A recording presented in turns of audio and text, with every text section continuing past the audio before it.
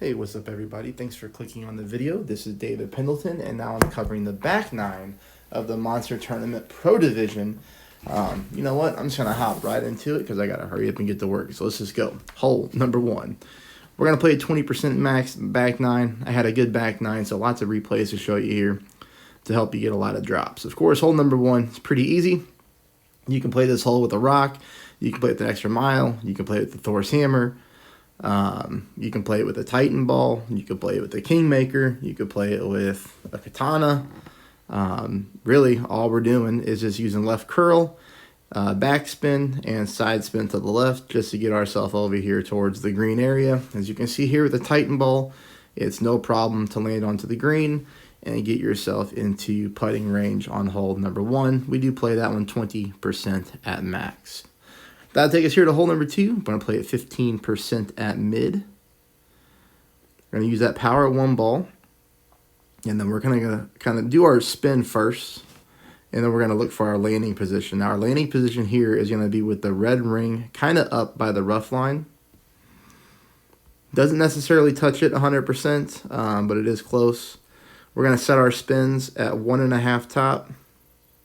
Half a bar of side spin to the right.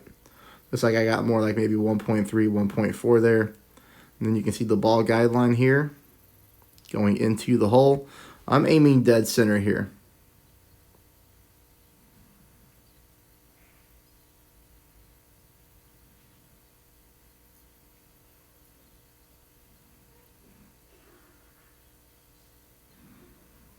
Okay, you'll see here we hit a perfect ball. This thing comes in very nicely off the rough and kicks in basically center of the hole for hole in one on number two. Take us here to hole number three.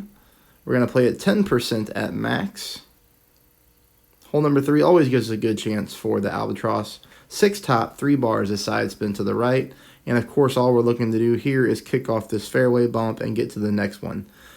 This is a very favorable wind as it normally keeps us away from the sand trap, but just keep in mind that on this hole, we don't want to land in the sand trap on the second fairway, so I use a little bit of right curl, even in this wind angle, just to make sure we're good to go. As you can see here, we bounce off one. This one takes a little weird roll that I've not really experienced that before, that I don't think, but that one went a lot further than I thought that it would. So that was going to put me at a 10% minimum shot here with my sniper. Just keep in mind, if you don't experience that rollout, you might be at mid distance of your sniper or somewhere in between minimum and mid. Just make sure you calculate the own distance of your club so that you can make your shot as accurate as possible. You'll notice here I apply my backspin. Just like this, I've got 5 bars of backspin, no side spin. Here I've got the ball guideline going in the hole, through the hole, right hand side of the cup.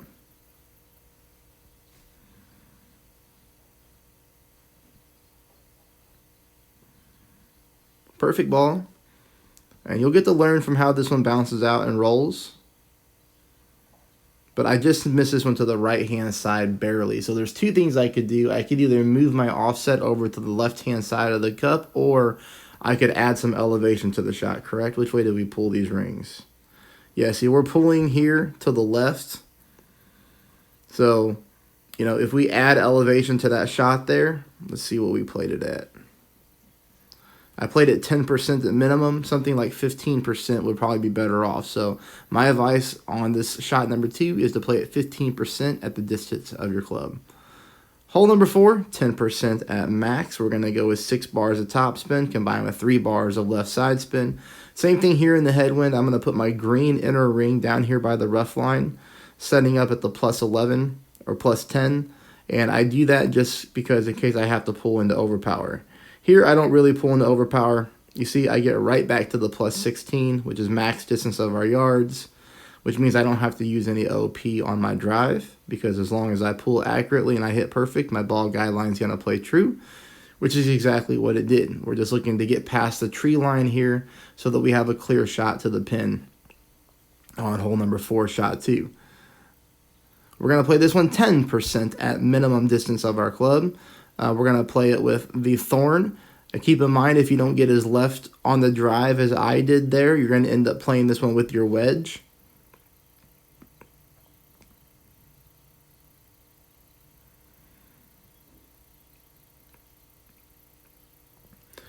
Here you can see I'm going with 4 bars of backspin, 1 bar a side spin to the left. It's really hard to find a good consistent ball guideline on shot number 2 from this distance.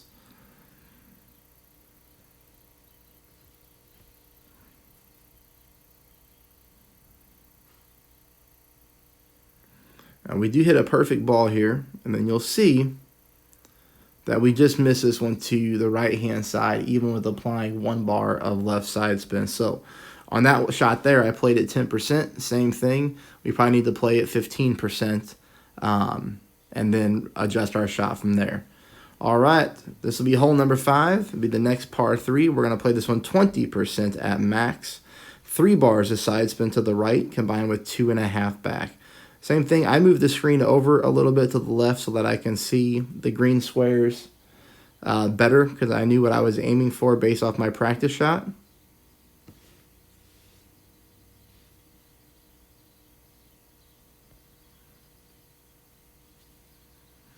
Here we make our adjustment.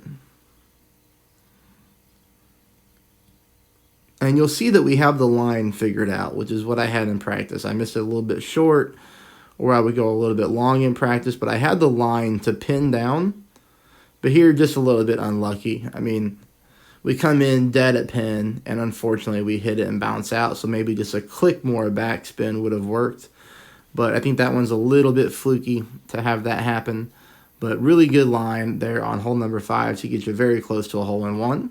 That'll take us to hole-in-6, 10% at max. And then I want you to push it back up to max. I want you to use a Titan ball, you know, if you've got an extra mile 9. If you don't, you might need to go with the Berserker. Now, the thing that I would say on this hole is to make sure you pack your Goliath and make sure that you pack your Hornet. You want 2 clubs that have really good top spin, because we will be going for the Albatross rough bump on this hole. And the rough bump is pretty far to the pin, so you're going to need that top spin to get there. For me, I went almost full OP, but not quite, and I hit a slight great ball to the right, but I still get away with that as I land on the fairway. Bring us here for shot number 2, minus 10%. We're going to play this one minus 10%. So we're playing it uphill, even though that it's not. That's just the way the ball is rolling out of this rough here to the green. It's easier to push your rings as well on this wind angle, because if you try to pull them, you're going to end up getting these bushes in your way. So you see here 6.4 mile per hour wind. I only adjusted 2.1 rings. So a very, very low adjustment here for me. And that ball drops in for a nice albatross there on number 6. Taking us into hole number 7, we're going to play this one 10% at max. We're getting headwind, which is never favorable on this hole. 6 top, 3 bars of side spin to the left. I'm going to set up over here with my red ring touching the left side of the rough. This is a pretty straightforward shot from here. It'll be shot number 2 that we'll talk about and see if we can figure out how to get that one in the hole for you, as it does not fall for me.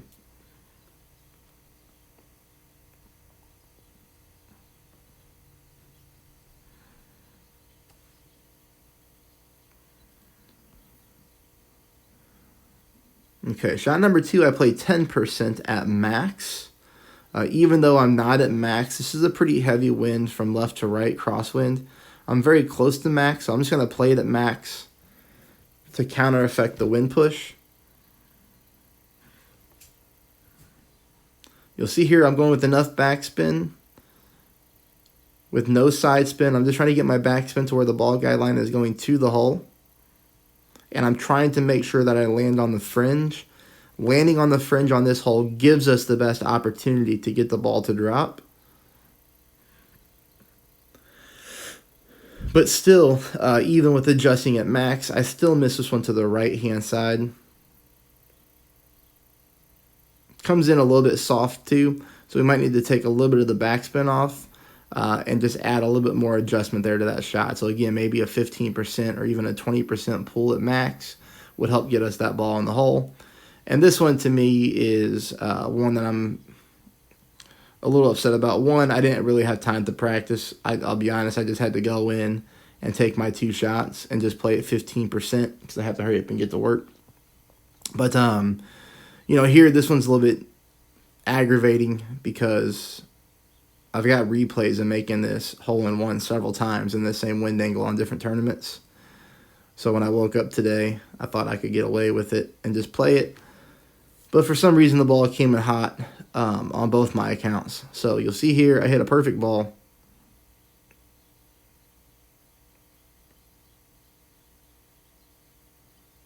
Hot and to the left, hot and to the left.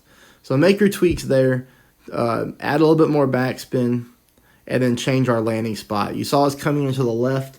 That happened on both of my accounts.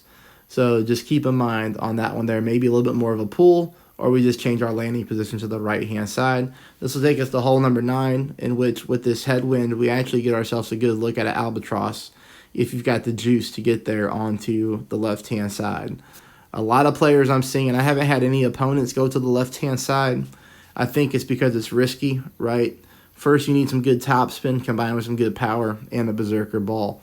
Worst case scenario that could happen to you here is you go in the water or you get stuck in the sand or rough, and then it's a pretty long distance headwind shot to even try to get back to the green. So if you don't want to go this way, go right. That's pretty safe.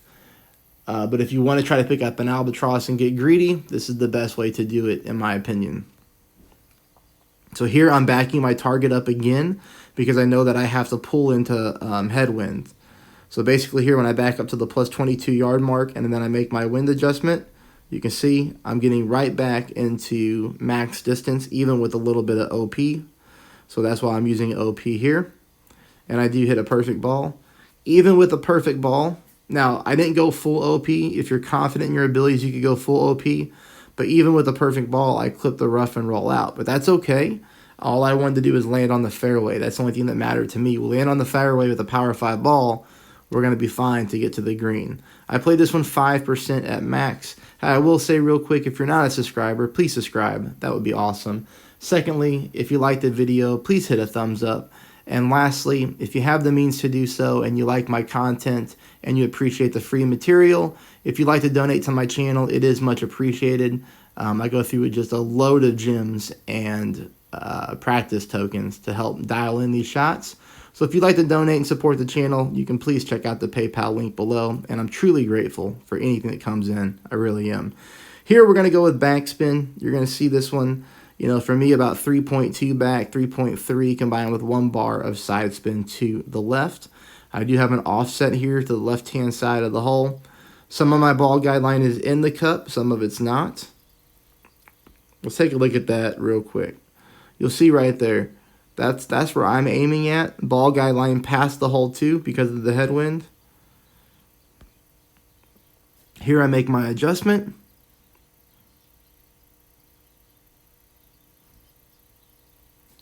Perfect ball. And we just missed to the right-hand side by about 1/4 of a green square. So same thing here. It's kind of been the common theme on this one. On this back 9 is we just need to maybe add a little bit more elevation to the shot so that we pull more rings, or we just go ahead and move our landing position over to the left by about 1/4 of a green square. That's it. I will see you all tomorrow and Sunday for the finals. Thanks, everybody.